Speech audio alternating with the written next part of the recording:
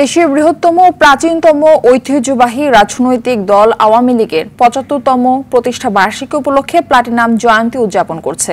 বিকেল ৩:৩০টায় আলোচনা সভায় যোগ দিবেন আওয়ামী লীগ সভাপতি প্রধানমন্ত্রী শেখ হাসিনা। এই উপলক্ষে সকাল থেকে সোহরাওয়ার্দী উদ্যানে জড়ো হচ্ছেন নেতাকর্মীরা। আলোচনা সভায় আওয়ামী লীগ ও সহযোগী সংগঠনের নেতাকর্মী ছাড়াও কূটনৈতিক ও বিশিষ্ট ব্যক্তিবর্গ অংশ নেবেন।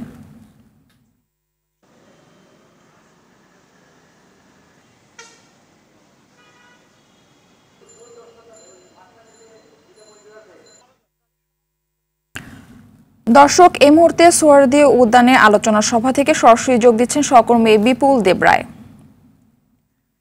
বিপুল, জনসমাবেশে নেতাকর্মীদের উপস্থিতি কেমন এবং তারা কি বলছেন?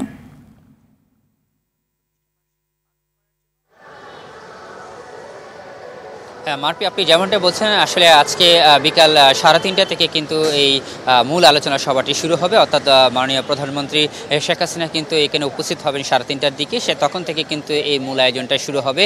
এর আগে একটু বলে রাখতে চাই যে আসলে এই আওয়ামী লীগের প্রতিষ্ঠা বার্ষিকী উপলক্ষে কিন্তু সকাল থেকে কিন্তু এই সোহরাওয়ার্দী উদ্যানের সাধারণ নেতাকর্মী হতে শুরু করে বিভিন্ন পর্যায়ে নেতাকর্মী কিন্তু জড়ো হতে শুরু করেছে এবং ঢাকা মহানগরের পাশাপাশি কিন্তু আশপাশের যে জেলাগুলো হয়েছে সেই সাথে সারা বাংলাদেশ থেকে কিন্তু নেতাকর্মীরা কিন্তু একেবারে দলে দলে কিন্তু আসতে শুরু করেছে। আমরা এই সোহরাওয়ার্দী উদ্যানের যে বিভিন্ন মাঠের যে গেটগুলো রয়েছে সেই গেটের প্রবেশ পথগুলোতে আমরা দেখতে পেয়েছি বিভিন্ন নেতাকর্মী কিন্তু আসতে শুরু করেছে। বিশেষ করে জেলা পর্যায়ে যারা আছেন তারা কিন্তু একটু সকাল সকাল কিন্তু আজকে এই সমাবেশে হাজির হচ্ছেন এবং ঢাকা মহানগরে যে সিনিয়র নেতৃবৃন্দ রয়েছেন তারাও কিন্তু ইতিমধ্যে একজন দুজন করে প্রবেশ করতে শুরু করেছে।